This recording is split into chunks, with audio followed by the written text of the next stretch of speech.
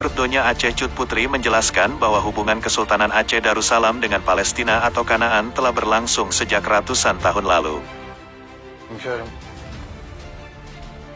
Aceh'deki Müslümanlardan bir mektup geldi. Aceh'deki Müslümanların yükü omuzlarındadır. Tarihte Sultan Johansyah, pendiri Kesultanan Aceh Darussalam tahun 1205 Masehi, yang beribu kota di Gampong Pande Bandar Aceh Darussalam, memiliki guru militer yang tangguh. Guru militer tersebut adalah ulama terkenal asal Kanaan Palestina yang bernama Syekh Abdullah Kanaan, dan memiliki kemampuan perang tingkat tinggi. Syekh Abdullah Kanaan adalah seorang ulama asal Kanaan Palestina, dan termasuk salah satu dari ulama yang mula-mula menyiarkan agama Islam di Aceh.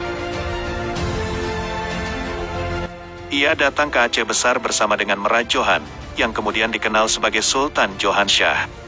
Syekh Abdullah Kanaan juga merupakan ahli pertanian yang pertama kali membawa bibit lada ke Aceh, sehingga Kesultanan Aceh Darussalam masyhur dengan pertanian lada.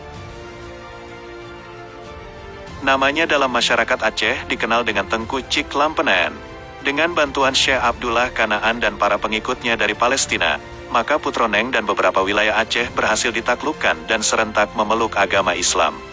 Merah Johan bergelar Sultan Johansyah kemudian mendirikan Kesultanan Islam Aceh Darussalam pada 1 Ramadan 601 Hijriah atau tanggal 22 April tahun 1205 Masehi di Gampong Pande, sementara keluarga istrinya berdiam di Emperom.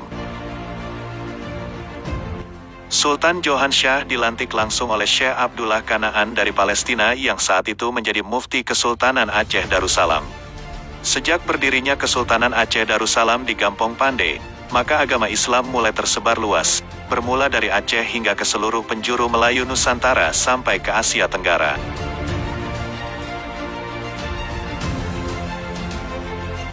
Gampong Pande kemudian terkenal sebagai pendiri tonggak sejarah tegaknya dakwah Islam di Asia Tenggara.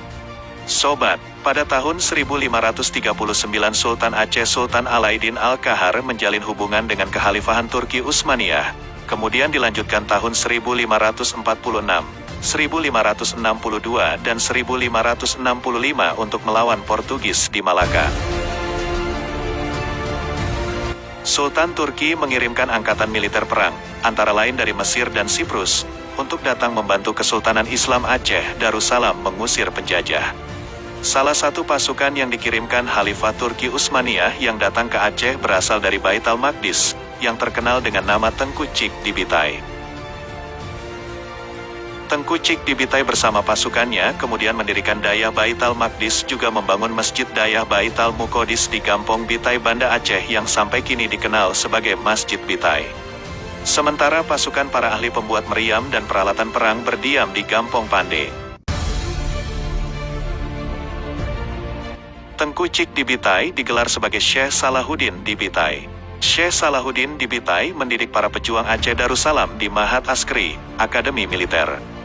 Bait al-Muqaddis di Gampong Bitai, untuk melawan kaum Feringgi atau bangsa Frank, yang dulu menghancurkan Baitul Maqdis Palestina sebelum dikalahkan oleh Sultan Salahuddin Al-Ayyubi.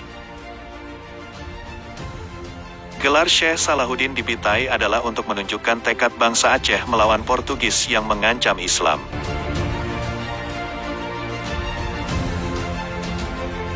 Kesultanan Aceh juga kemudian menyerang Portugis di Malaka.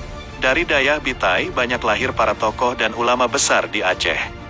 Laksamana Malahayati, Laksamana wanita pertama di dunia, merupakan alumni Mahat Askri Bait al-Maqdis.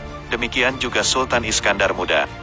Hampir semua tokoh penting Kesultanan Aceh Darussalam mendapatkan pelatihan militer dari Akademi Militer Bait al-Maqdis Turki Utsmani di Gampong Bitai. Hubungan Aceh terus terbina sampai sekarang dengan negara Turki dan negara Palestina masa kini. Aceh berhutang budi pada Palestina. Dulu para saudara Palestina dari Kekhalifahan Turki Utsmaniyah datang membantu Kesultanan Aceh Darussalam untuk menegakkan kehormatan Islam di Aceh. Setinggi-tinggi terima kasih kepada Palestina yang telah membuat kami di Aceh kini dapat hidup dalam rahmat Islam. Hutang emas dapat dibayar, hutang budi dibawa mati, kata Cut Putri pemimpin Darut Donya Aceh.